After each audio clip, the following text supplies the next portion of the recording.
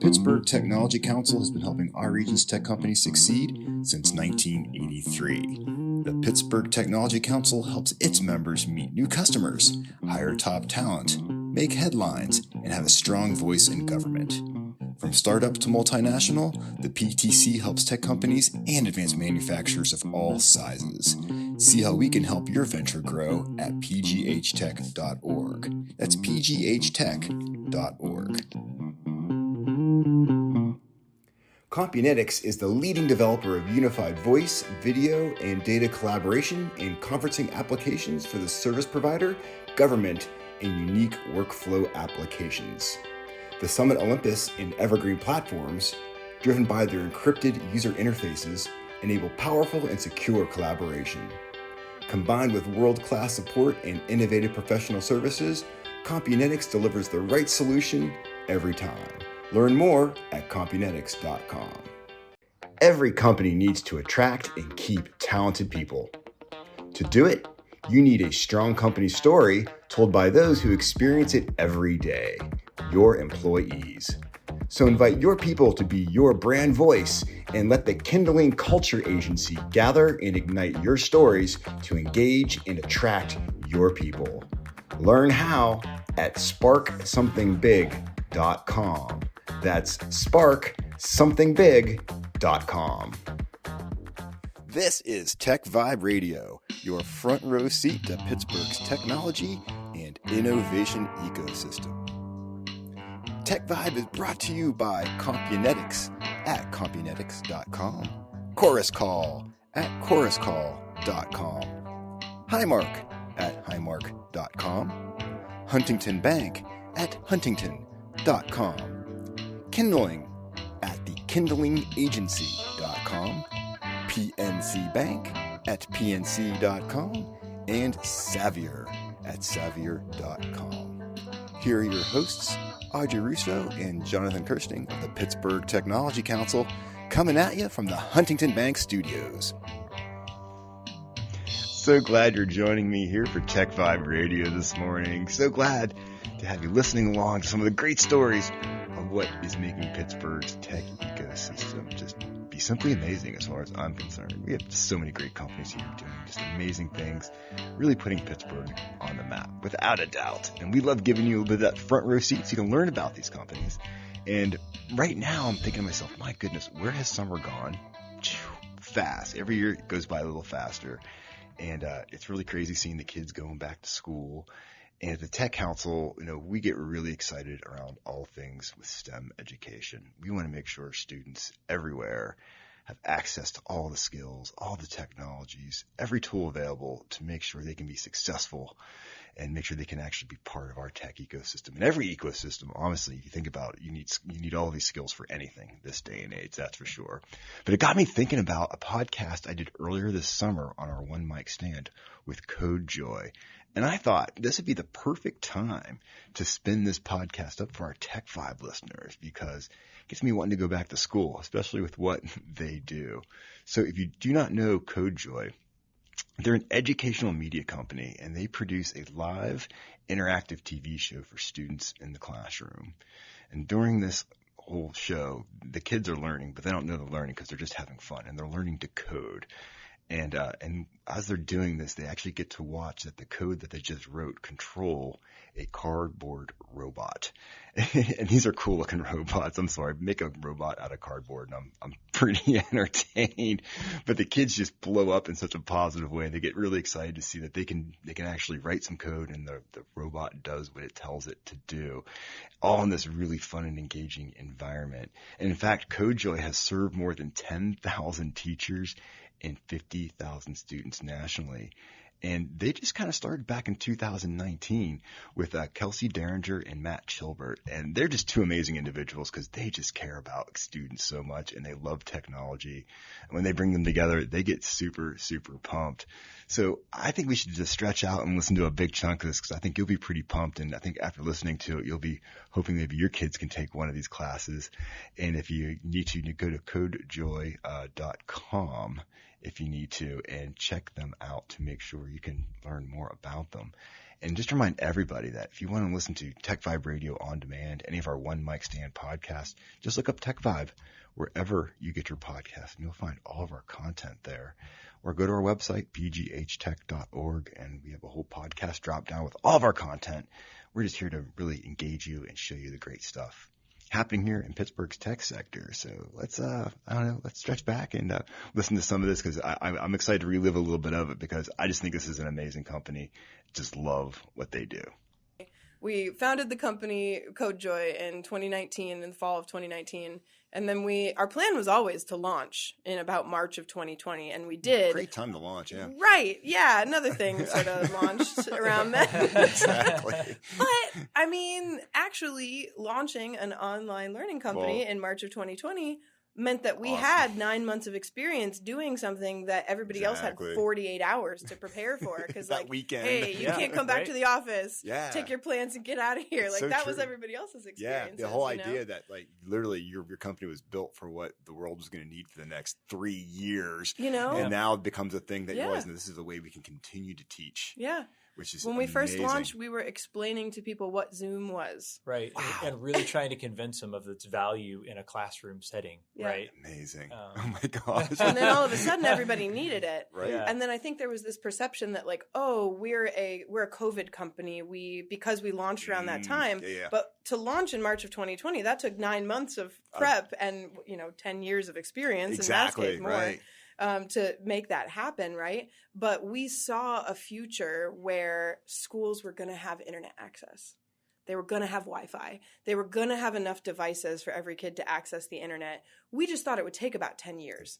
Well, it's so interesting you say that, because, some of the benefits, I put the giant air quotes around the benefits of the pandemic, was it did accelerate things. I mean, from what you're talking about, it accelerated your angle, but you think of, like, with telemedicine and things that people thought in 10 years would be a thing. It's like, well, we got a weekend to figure it out. With video conferencing, a lot more things became accessible. Exactly. And with the need for kids to still learn from home, Wi-Fi, internet access, a knowledge of what video conferencing is, just like that foundation, our company has really been able to build on that foundation that we thought would just take a lot longer to come to be, Definitely. Okay, so walk me through a scenario, because your stuff works obviously for the students and the teachers. So maybe let's start with the student side of things. Like, walk me through the student experience when they're using CodeJoy. Yeah. Well, first things first, their teacher shares a link with them, and it's a special link that nobody else has, just for that classroom of students. Because it's all about security, because you got kids involved. You got to make sure no one's going to hack in there and streak. We got Zoom bombed once in 2020, and we got the kids out before anything happened, but like never, ever, ever again. And so we built a whole system to prevent anything like that from ever happening. Yeah, of course. So the kids log in, and the first thing they see when they log in is they see a video, they see a chat box, and on that video they see a character named Matt the Robot. And played by Matt the person. So Matt the person, you're going to tell him what Matt the Robot is and what he does? Yeah. Sure, yeah. So Matt the Robot is the director of the show, but his primary function is to chat with the kids. So there's a one-way chat system that we've put in. And so the kids could chat whatever they want to us. All of that comes to me, but they can't see each other's chats. Anything that I write goes to them. So it is my job to sort of filter through those chats, kind of grab the things that are sort of going to be most useful for the learning, and bring those to Kelsey's attention. But it's also my job to just sort of engage the kids, say as many names as I possibly can, really remind them that this is a live experience. Yeah, it takes a little convincing sometimes. It does, yeah. That's interesting you say that. Yeah, the idea that this is live. Like, this is it, not only like that it's live, but that this is real. That this thing that they're seeing in front of them is not AI. It's not computer generated, right? Like it's a real cardboard box. Right, it's a real guy talking. Is that real cardboard? And like, oftentimes Kelsey has to like go down there and like physically touch the robot. Like, I come from Jim Henson, puppetry background, all of that stuff. So keeping things very real is really important to me.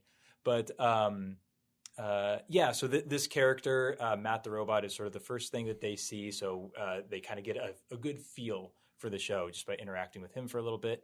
And then it's my job to introduce Kelsey. So Kelsey gets to walk on like a celebrity. Like a celebrity. Yeah, I come, oh, hello. hello, students from, South Braddock High, or hello, students from South Fayette, or whatever it is, or hello, students in Germany, or again, whoever we're talking to. Okay, back up. And you said Germany, which is so cool because you're literally talking to kids around the world. That's so Literally. amazing. Okay, yeah, in 2020, we did a project with UNICEF where we had kids from Saudi Arabia and Germany and Greece and France and the UK and Ireland, all controlling robots, all part of the same class together. I love it. Yeah.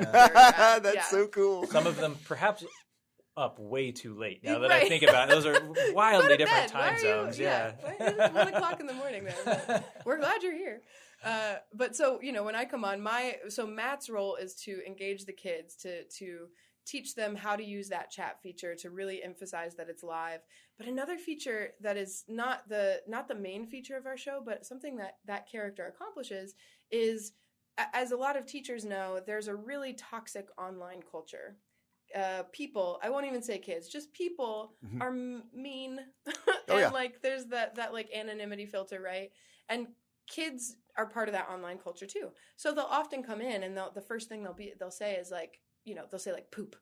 Or they'll say just sort of testing it out. Just to test it, right? Just to see what'll happen. And we don't read out obviously the chats that aren't relevant, but the minute or they'll spam the chat, they'll say A, enter, A, enter, A. They'll just spam the chat. Okay. Yeah. Spamming the chat is a form of engagement, we believe. But the moment they say something productive or kind, we'll be ignoring little Jimmy while he's spamming. But the minute he says, "Good job, Felicia," Matt the robot will say, "Jimmy says, good job, Felicia." And now Jimmy knows that's how you get called on in class, which is, as we've said, just good teaching. Yeah. You reward the behavior you want to see in the classroom. And so we see a kid literally at the beginning of the show, they'll say, "I hate robotics, poop, poop, poop, skibbity toilet," whatever they're saying. Mm-hmm. And by the end, they'll say, "I love you, Matt the robot. Please don't go."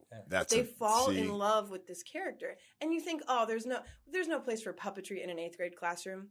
There super duper is. Yeah, we can adjust a Cultrum classroom in 45 minutes. And so that goes, and that goes back to your point originally of the underengaged. That was an underengaged student, right? Yeah. The access to something, but maybe not interested in it for whatever reason, and then you're able to kind of take someone who's being a little negative.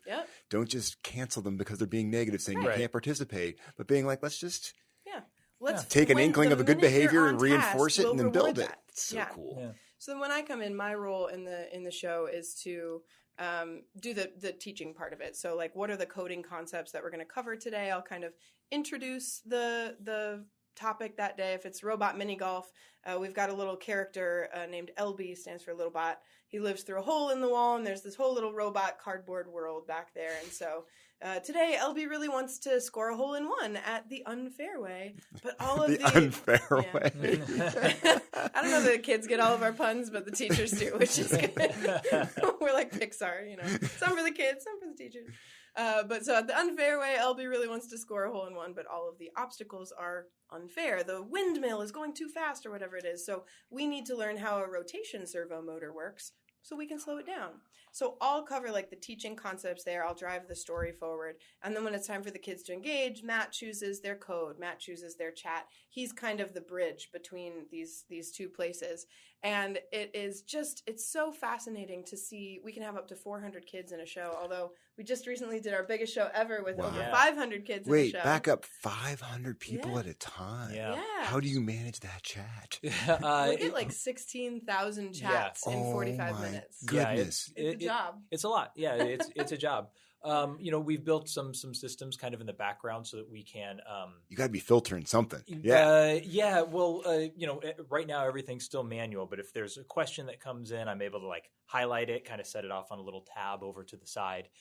So we're able to address as many as we can. But yeah, it's a really active chat. And then how long is a presentation? About 45 minutes. Okay. And so we'll usually get anywhere from a few hundred to several thousand chats in a session like that. Yeah. And on average, kids submit 3 to 4 codes during a session as well. Now we can't see every kid's code live.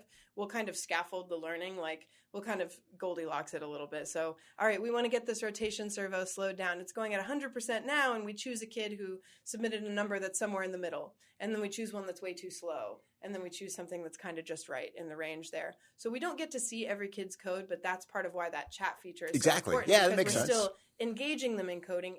And unlike a school presentation, if we had all the kids come to the gym and sit down, every kid might raise their hand, but we can only choose a few. But unlike a school presentation like that, every kid is coding. They are doing the work. We're just highlighting. And they can see the direct result of what they're doing. Yep. Exactly. So they get instant gratification, for lack of a better term, I think, that they can actually see the cause and effect. And because we're working within a school system, and that is a really important part of how we reach the people we reach is going through schools. When we have them sign in with their class. So we know that like you're from Miss Johnson's class, you're from Miss Robinson's class. And when we choose a kid in Miss Johnson's class, all of Miss Johnson's class freaks out. Yeah. They're so excited. They're excited they got chosen. They'll type in the chat. They'll be like, I know Johnny. I know him. Him sitting right next to him. He's my best friend. They'll type that out. Right? Okay. They're so excited. And we know that that's happening because teachers have sent us pictures and videos of what this looks like and feels like in their classroom. So you really have kids fired up. So fired up. And they're learning. They don't even know they're learning. They're just having a good time and this picking is up how skills. Humans learn. Humans learn through play, right? That's good teaching. That's good learning. And so we're accessing these 21st century systems, the internet, your Chromebook, etc., to do good teaching and good learning, the stuff that we learned in college in our teaching classes and the stuff that researchers keep telling us, this is how kids learn. We're doing that, but we're using 21st century tools to do it. You know? It's right of the moment, without a doubt. So tell me, like, obviously the teachers have to be super fired up because they're probably seeing excitement from their kids, from their students. That's really hard for them to get because, you know, tell me about that. Because I'm sure you got teachers being like, man, I want to do more. I want to do more. Yeah, actually, that's been a big part of our business as a whole, and one of the value propositions that we offer to our partners, which is when we do a student show, a lot of times we'll work within sort of the existing networks in that school. So we often, our clients, the people who hire us, are sometimes schools, but often school service organizations. So let's say an IU, an intermediate unit. They serve all the schools in a certain county. Or ABC Create, they're run out of Penn State, New Kensington. They serve, I think, 26 school districts now. And the teacher engagement piece becomes really important for those organizations because let's say their goal is they want more teachers to come to some summer professional development. This is actually a goal that a lot of places have, but they struggle to find and engage those teachers because during the school day, they're, busy. They're teaching. It's really hard to pull teachers out of school because there is a teacher shortage, which means there's a substitute teacher shortage. And that leaves after school. And I guess if you want to, I think you better pay teachers if you're going to have them stay after school. Oh my goodness, possible, I know. Right? You're unearthing so many problems that we have in the These system are here. systemic education problems that are national. They are not just problems here, they're problems across the country. So how do you actually reach teachers? Well, what we've done with this show is we've created, as we see it, one of the only ways to reach directly into a classroom and lead with service. We are serving that teacher. We are saying, hey, you don't have to plan the next 45 minutes. You don't have to facilitate it. You just need to make sure that if they drop their internet connection, you help them get back on. Like, that's it, right? And so what we often do with those shows is we'll use the shows as a tip of the spear strategy to engage the teachers further. So a show, we'll open up a show and we'll reach out to the one teacher at that school who's doing anything with STEM. And we'll say, hey, Miss Johnson, here's a show at a time that works for your school. Invite 10 other teachers to come. And these are 10 teachers who are not doing coding. They're not doing robotics. In fact, these are the teachers who say, technology? No, you want Miss Johnson. No, we want you. Oh, right? like you're spreading it out. Yeah, man. exactly. You're spreading it out. And then we use this show to say, like, whatever you thought coding and robotics was, here's what it is. You're blowing cute. some teacher mind exactly. at that point, It's right? cute. They're it's like, fun. oh my it's goodness, math. like I can do this. Yeah, exactly. And it's I can something do new this. and exciting. Exactly. And then at the end of the show, we'll often say, hey, teachers, if you just saw how engaged your kids are, if you want to do more of this, there's some professional development sponsored by Westmoreland IU7 or sponsored by ABC Create or whatever that sponsoring organization is. And then automatically at the end of the show, we redirect the teachers to a page where they can sign up for that professional development. Because they're all fired up, ready to go. Exactly. I can sign up now, right get them now. at the moment, not say, check this link later, Exactly. but when maybe I'll think about it. But that's so cool. Man, and so I then love we it. teach the teachers how to do this themselves, and then we can also provide the school with that hardware too. And so, for example, with ABC Create, prior to us working with them a couple years ago, they were only getting about 50 teachers to sign up for their 50 registrations each year to sign up for their PD. Yeah. And that was like the same, 20 teachers signing up over and over again. Last year, we had, over the last 2 years, we had over 700 registrations. So that's 350 teachers, 350 registrations per year. That was over 200 individuals. That's a lot more engagement. So much more. Wow. And those are teachers we know that they're actually using this because they've been checking out the robotics tools from their local IU lending libraries. Aha. We know they're using it. Those checkouts have gone from 14 checkouts a year to 60 checkouts a year. Like I said, I want to go back to school. Simple as that. School's become so much more fun than when I went to school back in the 1970s. That's for sure. I feel like I got shortchanged a little bit. So if there's any way I can maybe go back to the 8th grade or something, sign me up. Simple as that. So I really can't thank you enough for being part of TechVibe every Sunday. It means so much to us to get our listeners out there, just learning about what's going on, getting engaged with everything. And if you want to learn more about the Tech Council, please go to pghtech.org. You can learn about all the ways we love helping our technology companies succeed. And as I keep on saying, if you want some Tech Vibe on demand, just look for us wherever you get your podcasts, and there are thousands of interviews. Not kidding you. Anyhow, once again, thanks for being part of Tech Vibe, and I hope you have the rest of your Sunday looking good for you.